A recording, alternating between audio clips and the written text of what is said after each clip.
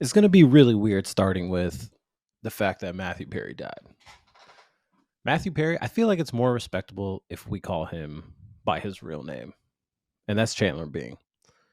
Now, I was at Rosenthal's winery last Saturday. So I'm recording this Sunday, November 5th. So this is probably 2 Saturdays ago when he passed away.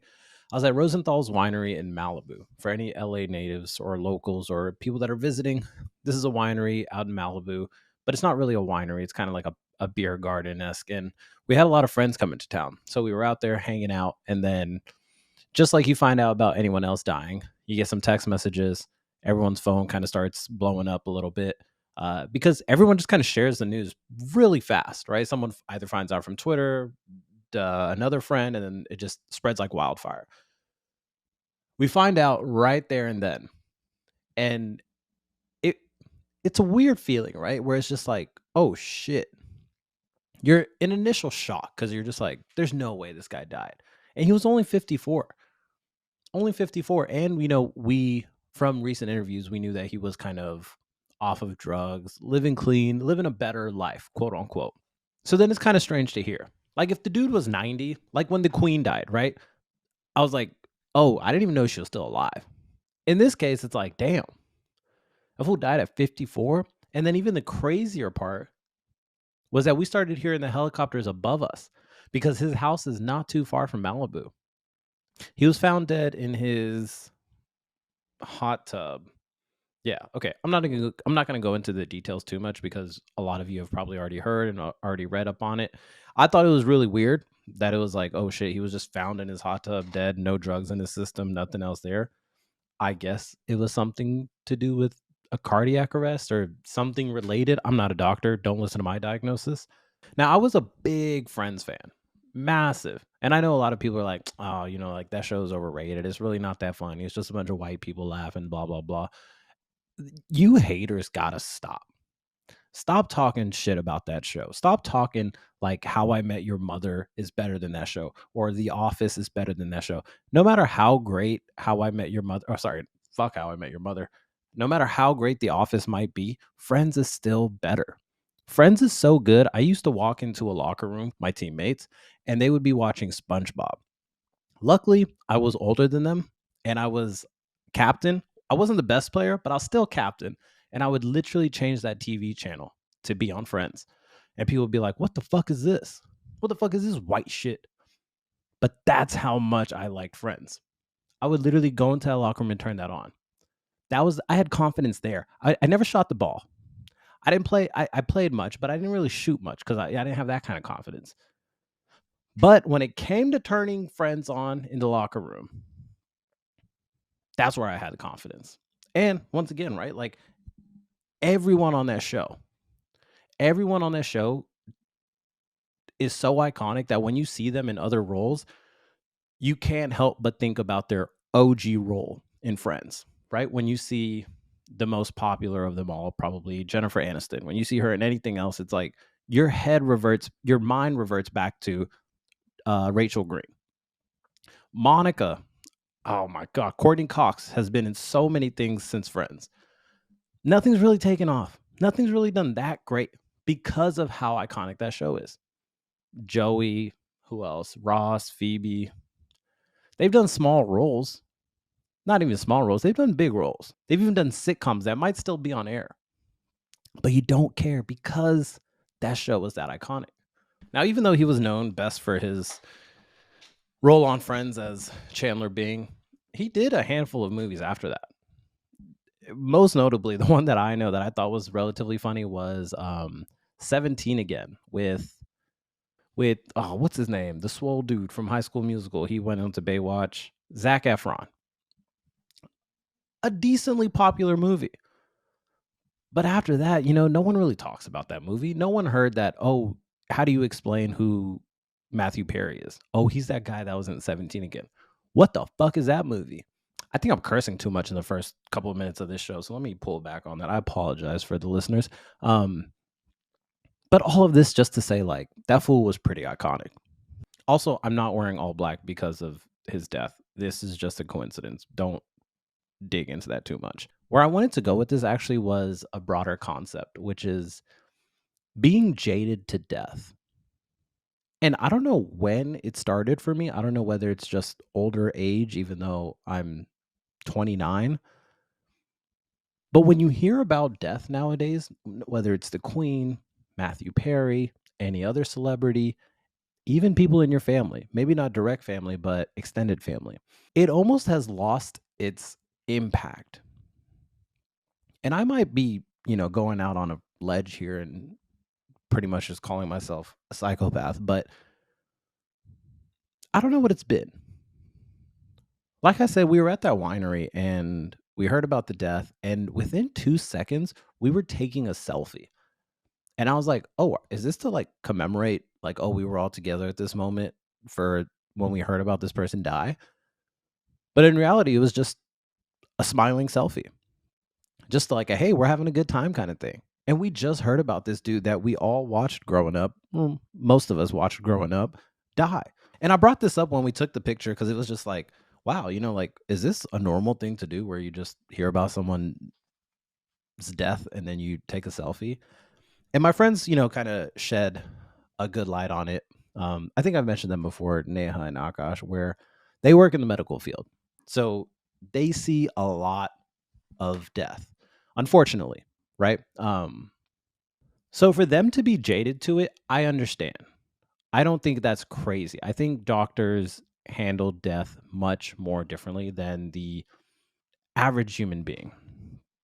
So let's call myself the average human being. Why am I jaded to death at this point?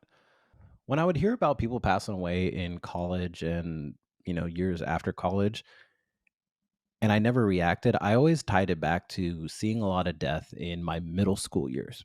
I had friends that committed suicide, not multiple. I had a friend that committed suicide, a friend that got shot, a friend that died that died in her sleep.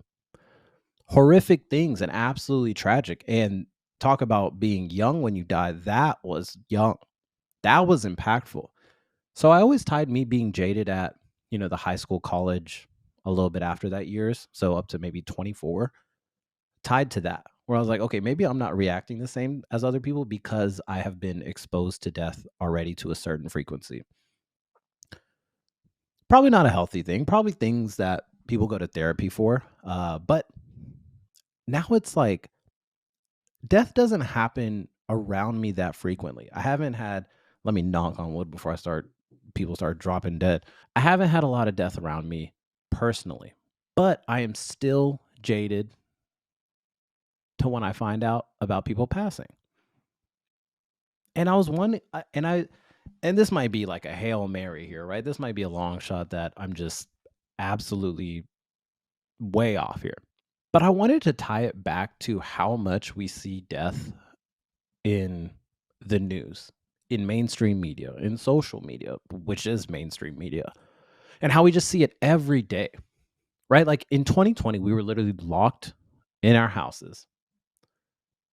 And every day you would open up your computer, you would turn on the TV because what else are you doing? You're on your phone. There's 3,000 more cases and 500 people died yesterday. And that would go on for about 3 months on end, where it's like, oh, yeah, today 100 people died. We're making progress. What? That's how normal it was. That's how normalized it was for people that just passed away, that we would just report on it like a number, a statistic. I had a family member passed away on the older side, so much more prone to the risks and the downsides of what COVID did. I had a lot of family members that got COVID but survived, but more on the younger side. And when that happened, once again, when I didn't feel anything, it was like, oh, okay. Like, I know I'm supposed to be sad, but I'm not reacting in the same manner that in my head I think I'm supposed to be reacting. Am I supposed to be crying? Am I supposed to be bawling out? Am I supposed to be what is it? Mourning? What am I supposed to be feeling right now? Why do I feel so jaded to finding out someone just died? And then that went on, right? Even past COVID, we get into things like school shootings, which I know, yes, school shootings and shootings in general existed before COVID, but now they're just, I feel, in my opinion, they are more socialized, right? People repost the articles, people retweet the events, and you see it much more frequent on your timeline or whatever you're using to obtain news.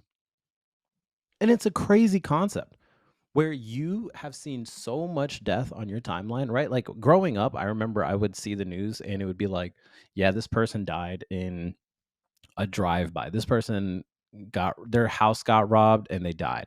You'd hear about maybe one or two, three on a crazy day, 5 people dying on the news. Now, if you open up your Instagram story, you will see something about what's happening overseas or something in the country that there has been at least 5, 10, 15, 20. Let's go upwards to 50, 100 deaths on your timeline. And that is wild. And now, before people come at me and be like, oh, shit, who the hell are you following? Why are so many people dying in your circle? Cut it out. Just because you don't see this shit doesn't mean it's not out there. And if you don't see this shit, even better for you. Because I think it's done an actual number. I think it's had an actual impact to people my age, older. I remember talking to my sister about this because when that family member that died from COVID years ago happened, I remember talking to her and just being like, I feel like I'm reacting incorrectly. I don't feel angry. I don't feel sad per se. I get sad when I see my family members reacting, right? So when I saw my mom crying, I felt sad. But I didn't feel sad at the news that this family member passed away. The last time I think I reacted to someone dying was when Kobe Bryant died. That will go down as the saddest day for all men in history. I don't care what anyone says. Whoever tries to disprove that, you're incorrect. It was the most tragic thing. Ever since then, every single celebrity I've heard that passed away, it catches me by surprise, right? When I forgot who was the member of the Migos passed away in Houston recently. I didn't feel sad. It caught me by surprise because it's like, oh shit. But that sadness wasn't there. And I don't know whether it's like the sadness only comes with people that you're close to, right? So if a close friend or a close family member dies, that's when sadness kicks in. But I do remember feeling sad at deaths in the past. All of this darkness to basically say, I think we've become so jaded to death in general that it will probably lead to maybe some negative side effects mentally, mental health wise. What those are, I have no idea. But that is my general assumption. That is my theory. Hopefully, it doesn't prove to be true, but that's just something I wanted to talk about. On a brighter note, welcome to episode 13 of the Ajay Patel Show. My name is Ajay Patel, and sorry to start off so dark, but we're back again. Last week was Halloween weekend.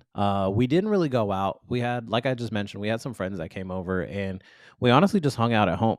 We literally bought a bunch of onesies of different animals on Thursday, wore them on Saturday night, wore them one more time for our apartment building here. They had like a little party, get together, cool little thing. And then after that, it's like, all right, this is done. We didn't go out, right? Because it's just like the popular weekends is the weekends I hate going out, which is Halloween, 4th of July, New Year's. You will never see me out on New Year's anymore. And I don't even know what else there is. I guess your birthday, but that doesn't align with anything else. So didn't really do anything eventful, but I will say finally I redeemed myself for how bad I've been in Halloween in the past by putting on a onesie, which I think I will now do on an annual basis because it's the easiest option. You can return that bitch because you know someone else wore that shit before you based on the shit you find in the pockets and stuff. And so it's just an easy process. In addition to Halloween last week, we also had the Texas Rangers, which is the baseball team. Well, in Texas, if you couldn't guess, they won the World Series. 1 second. Sorry. They won the World Series. Now, look, before you skip over this part because you don't care about baseball, I don't either. I do not care at all. But anytime a Texas/Dallas sport gets this far or even gets to the finals, maybe even like a couple rounds before the finals, I tune in. Hockey, baseball, basketball, football, it doesn't matter. I tune in. The reason I tuned in this year was just because we were playing the Astros. And anybody in Dallas, the one thing they love more than Kobe Bryant is beating Houston in any sport. It could be checkers, chess, basketball, spike ball. It does not matter. It's just a random pride. Does it add any value to my life? Nope. But it's just a thing. I don't know how we've come to this toxic relationship in sports, but it is what it is, and I'm here for it. So when we were playing Houston, who is known to be a very good team in the last decade, I thought we were done. But somehow we pulled it out, and then we go to the finals. Apparently, it was like the least watched World Series ever. But I tuned in for a couple of games. It's a slow watch. I don't understand how people invest that much time into watching baseball. I think it's cool if you go to the game because it's like, oh, you can just kind of start having a good time, right? You can get the dirty nachos, you can get a beer, you can hang out outside, right? It's a vibe. But watching it at home, bro, cut that out. I'd rather just refresh my ESPN app and just see what happens. And then before you know it, we won. The team's first World Series win. And then apparently the parade happened this past Friday. Something I thought I would want to go to or have kind of a feeling of like, damn, I missed out on this parade. Because the last time I've been to a parade was the Mavericks parade, which is in 2011. I couldn't even drink back then. So the parades are a rare thing for the Dallas community. But then I saw snaps and I saw kind of different reports and just friends that went that it was kind of lackluster. In addition to that, I don't know a single player on that team. People would have been driving by in those cars and I would have had no clue who anyone was. The only thing we cared about, or the only thing I cared about, and I know it's similar for a lot of other people that were rooting for the Rangers, was that we beat Houston. For the last 3 to 4 years now, I've been lucky enough to be an Express ambassador. For those that follow me on Instagram, you know that I am not actually trolling when I post all those pictures with wearing Express and hashtagging Express Men, Express Partner, all that stuff. I have been legitimately sponsored by Express for the last 4 years. I love Express. I grew up wearing that shit. I still wear it. It's perfect for slim, tall people like myself. Maybe not as slim anymore, but the clothes still fit right.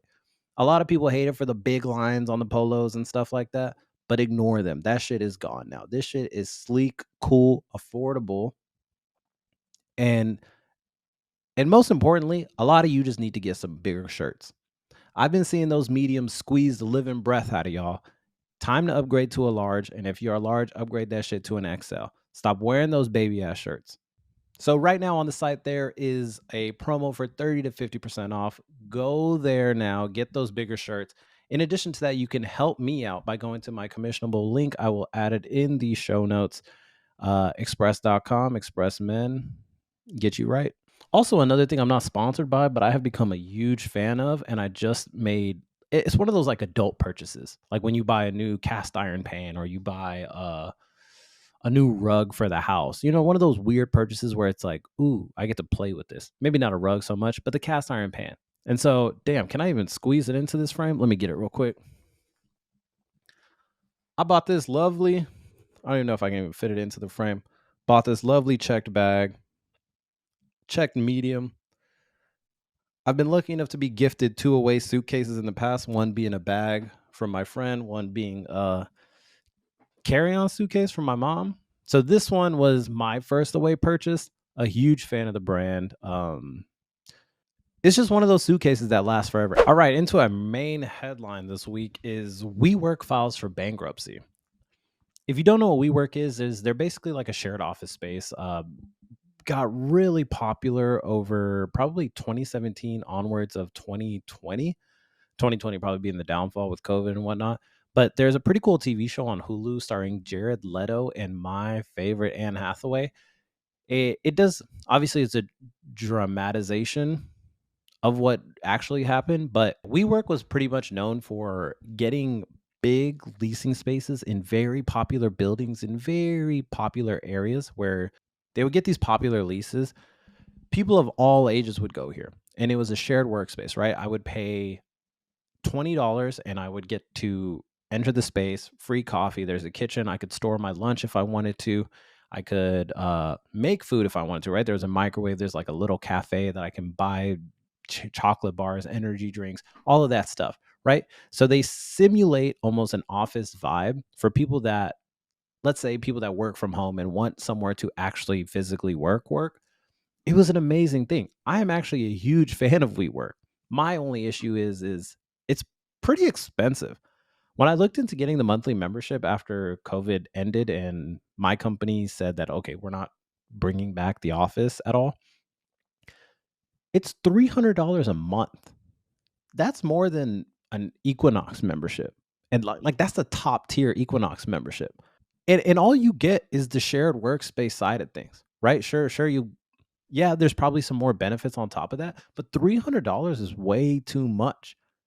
If I go right now, and I probably shouldn't give out my location, but the nearest WeWork to me is $50 a day. That is not sustainable. Unless your company is paying for this shit, there is no reason you would do that. Unless you're out of town, right? Like, so I remember we went to San Francisco for one of Isha's work conferences, and she had to go into the office, and I didn't want to just work from the hotel room, that dark ass room. So I found a nearby WeWork, paid the $50, went there, got a lot of shit done. And that's what they're there for, right? Just like people don't like working out at home, there exists the gym. People don't like working from home, there exist these shared workspaces. WeWork being one of the biggest players. The issue is people don't go into that shit anymore. Either people have started going back into their actual offices, or the world of just working from home and abusing those benefits, and not even the benefits, but just the lifestyle overall, which I guess is a benefit, truncates all of this shit that WeWork has done. Now, if you go into a WeWork, it's a super nice space. They have poured money into this shit. The funniest thing to me is that all of the chairs at a WeWork have low backs, right? So all of the chairs will come up to maybe your mid back, and you'll have some back problems after a while. But that's kind of to simulate you getting up, like, okay, I need to walk around. Maybe I'll go to the kitchen and talk to someone. And that's what their intention was, where it's like, okay, we're going to build a community where people are meeting each other, people are networking, people can focus on their own work. They can actually even get their own office spaces or conference rooms to do presentations, whatever it is. The issue still being they spend way more than they make. They filed for Chapter 11 bankruptcy. Now, there's two bankruptcies that I am aware of, being 7 and 11. 11 being the good one. In 7, you have to start selling off shit, right? So WeWork would have to start selling off uh, leases that they have, maybe all of the other assets that they have. I don't know that much about WeWork, but that is what Chapter 7 bankruptcy looks like. After Chapter 7 happens, I'm pretty sure standing back up is much harder than expected. I'm not sure if American Airlines went through Chapter 7 or 11. But Chapter 11 is more so of consolidation of debts. So what we'll see here is probably someone come in, and I actually got a lot of insights from the All In podcast that came in, that released a couple days ago, where they talk about some private equity company could just come in, restructure the debts, and then be spending a lot less. So now they're making probably the same amount of money, maybe even more. And then you have a company that's a little bit more balanced. Their stock right now, I think, is at 80 cents. 80 cents on the dollar. The high was maybe 3 to 400. Now, look, I am no financial advisor, so do not listen to me when I say this shit, but I'm getting in this. I like WeWork personally, and I have a belief that it'll work. But let me tell you, my track record is not good. I was someone that bought in for Peloton. Now, I don't know if you've looked at Peloton stock recently, but that shit is bleeding. Bleeding, bleeding, bleeding. I bought in when that treadmill killed a kid. And a lot of times when things like that happen, and or there's like recalls for certain products for a company, stock drops because it's like belief in the company drops. And I bought in because I was like, I still think this shit is the thing. I think this is not a workout gear, but it's almost more of like a centerpiece in your home, right? That like that black bike and the treadmill is a little uglier, but the bike was almost like a piece. Like, oh shit, you have a Peloton in your house? That's so cool. Can I use it? I bought in at maybe when it was at $80, and that shit is now at probably like $4. That was my worst performing. That was the one thing that I was like, this shit isn't for me. I'm not made to be in the stock market like this. But the popular saying, shoot or shoot. And if you don't know what that means, go look it up. But I'm buying this WeWork stock. Last topic today we got is Chris Brown one more time. I know I said I was going to release like videos leading up to the new album, which comes out on the 11th, but I thought it would just be better if I just have one segment here and maybe chop that up and put it on socials, whatever it is. But just to reiterate, Chris Brown has an album coming out on the 11th of this month, which is supposed to signify, not signify anything, but it's called 11/11 because it is his 11th solo album. Now, if I were to guess, will the album be lackluster or a banger? I'm not really sure. Chris Brown albums for me have varied over the years. I will say prime time was college time just because of, I guess, music in general in college is just so much more digestible, right? Because you're listening to it more, you're hearing it when you're out. You just so much more life experience tied to it versus now it's like, okay, hey, let's go for a long drive just to listen to this album. Let me go work out to this music. Like there's different instances of how you ingest this music now, which almost kind of just hurts the taste to it, as weird as that sounds. In addition to that, I know it sucks to say this, but I think projects are just not as great. Like we just talked about that Drake album. I think Quavo just had a new album and it didn't perform too well. And there was an interview with him and he was talking about like, oh, well, like this is the music business now. Like because of streaming, this is how it's hurt like performance of albums and whatnot. And to me, it's like, or sometimes these albums just aren't that great. Look at Chance the Rapper. That man has fallen off a cliff so hard. This man was probably one of the most raved about artists when I was in college, and for good reason. I was a big fan. But after that, I think that the Big Day album where he had that CD in his hand as the album cover, that shit was ass. Ever since then, he could not get back on his feet. And just some insight for people that don't know the music industry as well, and I'm no expert, just to put that out there. Same thing with stocks, same thing with death and mental health. Look, this is just what I know. But the way the music industry was set up was you would get these deals from big companies, they would put all this money into you, and essentially there would be more checks and thresholds and things that you would have to check off before you release an album. Now, in the world of more independent music, right? So if I'm an independent artist, I don't need to get my album approved by anyone. I can have a personal opinion of like, oh, okay, I think this is good and just release it. And so then when there's only one person's opinion about it and it goes out to the public and they don't like it, it's probably for a good reason. It's probably because like, hey, this might have sounded good to you and I get it. I'm pro independent artist and all that stuff. But it's just a different world now where independent artistry has more room for error. Does that mean it's not as good as the old albums that used to come out? It's probably true. But even then, right? Like there can still be good projects that come out. Look at the Taylor Swift album. People went crazy for that shit. I'm just not a Taylor Swift fan, so I didn't know what to base it off of, right? Like I listened to the album, I'm like, But at the same time, I don't know her discography. I don't know her work. I don't know what I should be expecting. For Chris Brown, though, for Chris Breezy, though, I know that shit like the back of my hand. I just spent the last 5 minutes going through all of Chris Brown's albums and ranking them gold, silver, or bronze for a little ranking system. I'll probably just put that in a separate video because that bit was kind of long and just pointless if you don't really care about it. But overall, going back to the point of like these albums used to come out every other year.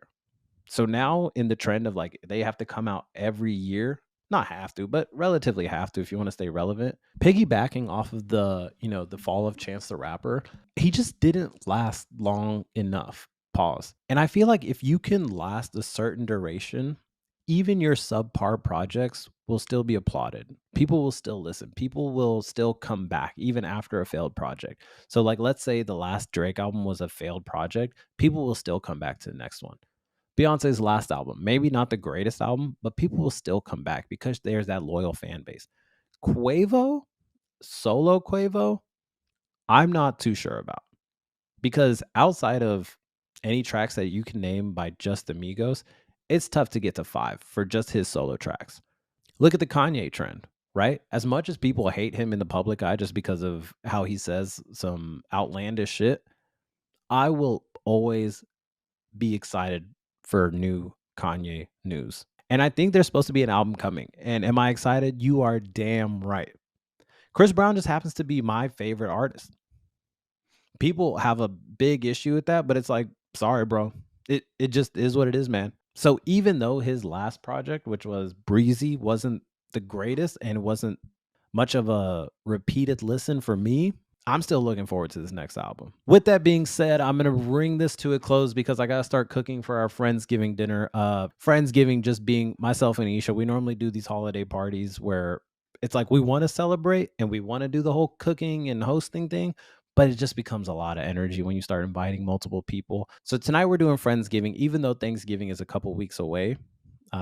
We just have a bunch of weddings coming up. And so hopefully I'll give you guys some recap about that stuff. With that being said, don't forget to comment, like, subscribe, share with a friend, uh, share it on your story. I don't know. Show some love. It is all greatly appreciated. And I will see you guys all next week. And goodbye.